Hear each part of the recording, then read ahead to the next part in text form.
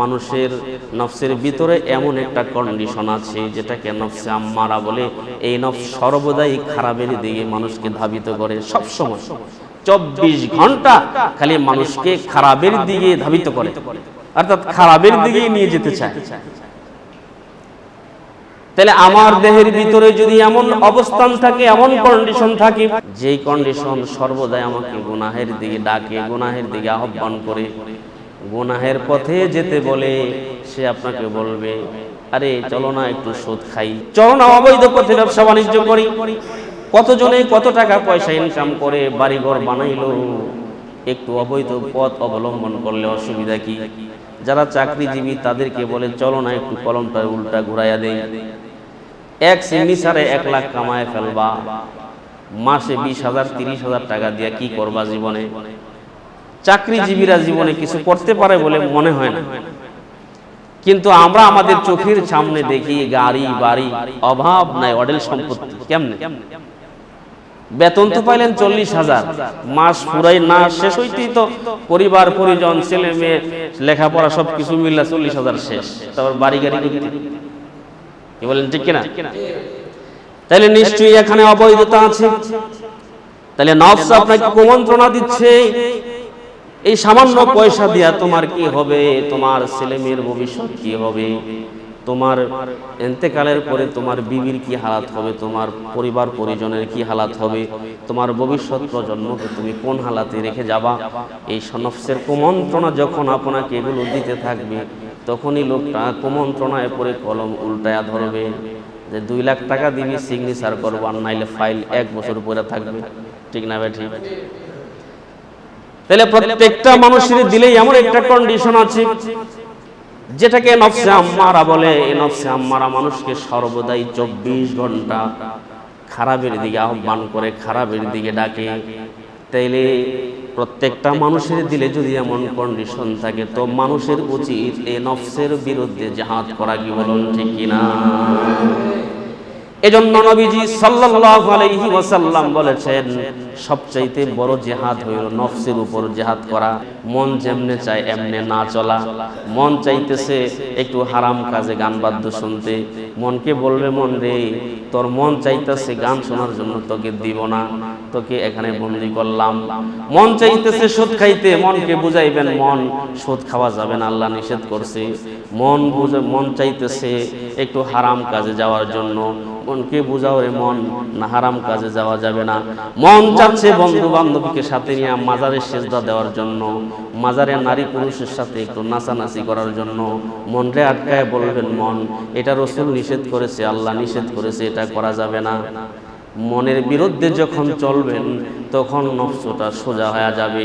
এই নফসকে যারা পবিত্র করবে তারাই সফলতা লাভ করবে। বলুন সুবহানাল্লাহ। কাদ আফলাহা মান যাক্কাহা, ওই মানুষগুলোই সফলতা অর্জন করেছে যেই মানুষগুলো তাদের নফসকে সোজা করতে পেরেছে। মন যা চায় তা করবেন, আবার আল্লাহর জান্নাত চাইবেন, জান্নাত পাইয়া যাইবেন। এটা মামুর বাড়ির সোলানো পালা নয়। জাহান্নামটা আল্লাহ জাল্লা শানু এমন কঠিন ভাবে সৃষ্টি করেছেন। নবীজি সাল্লাল্লাহু আলাইহি ওয়াসাল্লাম ইরশাদ করেছেন, পাপী মুজরিম গুনাহগার নাফরমানদের জন্য যে জাহান্নাম সৃষ্টি করা হয়েছে, ওই জাহান্নামে যে আগুন বানানো হয়েছে, দুনিয়ার আগুনের চাইতে জাহান্নামের আগুনের পাওয়ার হইল 70 গুণ বেশি। বলেন নাউযুবিল্লাহ। দুনিয়ার যে আগুন আছে এই আগুনের চাইতে জাহান্নামের আগুনের পাওয়ার আরো 70 গুণ বেশি।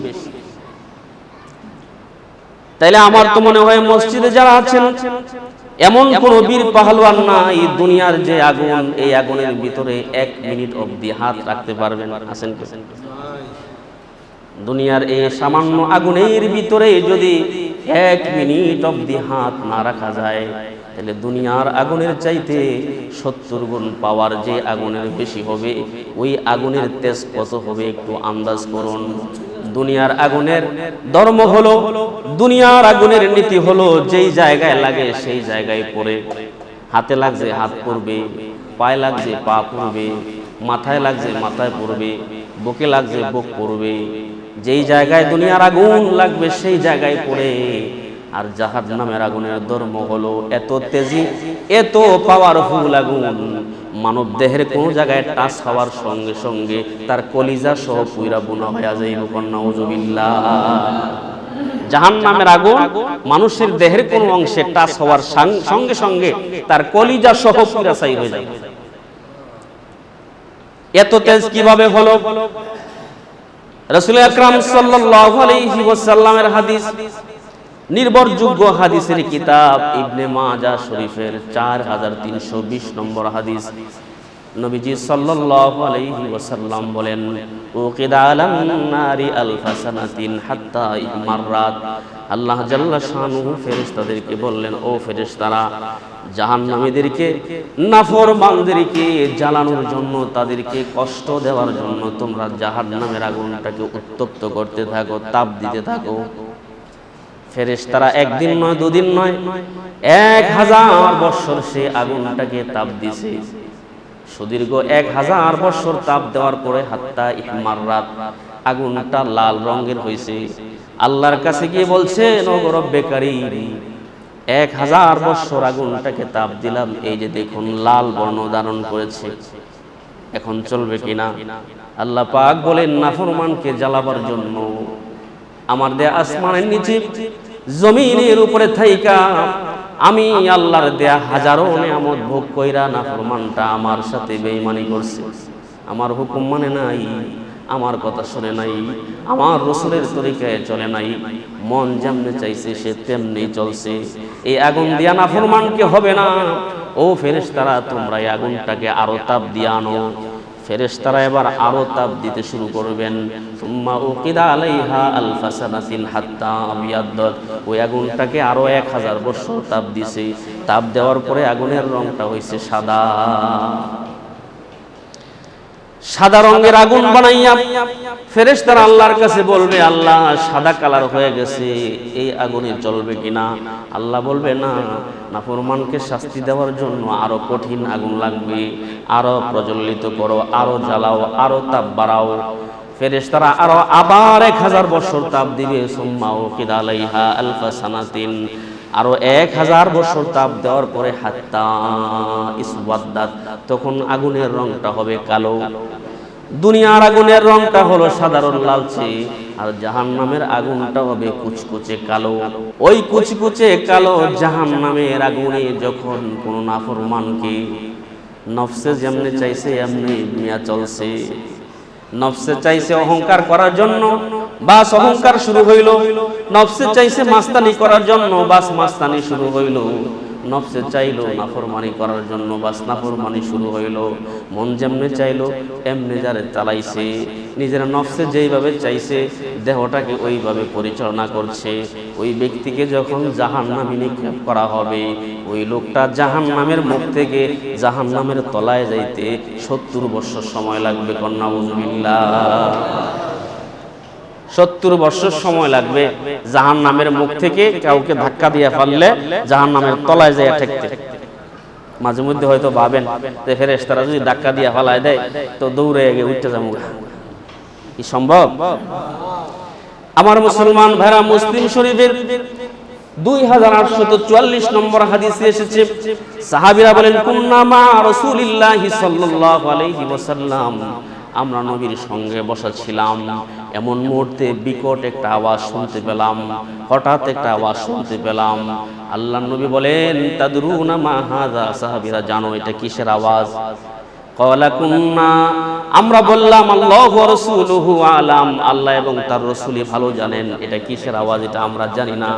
তখন আল্লাহর নবী বলেন, হাজা হাজারুন, এটা একটা পাথরের আওয়াজ, রুমিয়া বিহি ফিন্নার, এই পাথরটাকে জাহান্নামের মুখ থেকে ফালানো হয়েছে। মুনজু সাবিঈনা খরিফা, 70 বছর আগে ফালানো হয়েছে।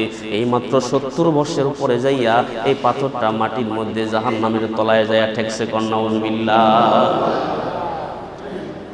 জাহান্নামের মুখ থেকে একটা পাথর নিক্ষেপ করলে 70 বছর যদি সময় অবধি তলায় যায় ঠেকতে সময় লাগে, এমন জাহান্নামে কোন নাফরমানকে ফালাইলে উইঠা আসবার কোন সুযোগ, কি বলেন, আছে? উইঠা আসার কোন সুযোগ আছে? তাহলে জাহান্নামের দেয়াল কয়টা হবে, দেয়ালগুলো কেমন মোটা হবে? নবীজি বলেন, একটা মানুষ তার এক জায়গা থেকে হাঁটা শুরু করলে 40 বছর হাঁটলে যতটুকু দূরে যেতে পারবে, এক জায়গা থেকে হাঁটা শুরু করলেন, একটা মানুষ 40 বছর অবধি হাঁটলে যতটুকুন দূরে যেতে পারবে অতটুকুন হইল একটা দেয়াল মোটা। এমন জাহান্নামের 4টা দেয়াল এমন বড় বড় মোটা মোটা করে আল্লাহ বানাইছে। জাহান্নামের গভীরতা এত, এই জাহান্নামের গভীরতায় আছে কুচকুচে কালো আগুন, যে আগুন মানব দেহে একবার টাচ করার সঙ্গে সঙ্গে কলিজা সহ পুইরা বোনা হয়ে যাইব। নাউজুবিল্লাহ। এজন্য মনে যেমনি চায় এমনি চলা যাবে না। তাইলে মন যেভাবে চায় এইভাবে যদি কেউ জীবন পরিচালনা করে, তার দুনিয়াও বরবাদ, আখিরাতও বরবাদ। একই বলে খাসিরাত দুনিয়া ওয়াল আখিরা, লোকটার দুনিয়াও বরবাদ হলো, আখিরাতও বরবাদ হলো। এজন্য কলবের 60টা কন্ডিশন আছে, নফসের 60টা প্রকার আছে। তার মধ্যে একটা হচ্ছে নফসে আম্মারা। এই নফস এমন একটা নফস যেটা সব সময় মানুষকে কুমন্ত্রণা দেয়, যে নফস মানুষকে সব সময় কুপরামর্শ দেয়, বদ পরামর্শ দেয়, সব সময় খারাপ কাজ করতে বলে, খারাপের দিকে দাবিত করে, খারাপের দিকে নিয়ে যেতে চায়। তো মুমিন মুত্তাকি, ওই মুমিন মুত্তাকি বান্দা নফসের বিরুদ্ধে দাঁড়ায় চলবে। আজকে থেকে নফস যেটা চায় মিলাইবেন, যে হুজুররা এটা কয়নি করতে, যখন বলে বুঝবেন যে না এটা করতে কয় না, তখন ফিরা থাকার চেষ্টা করবেন।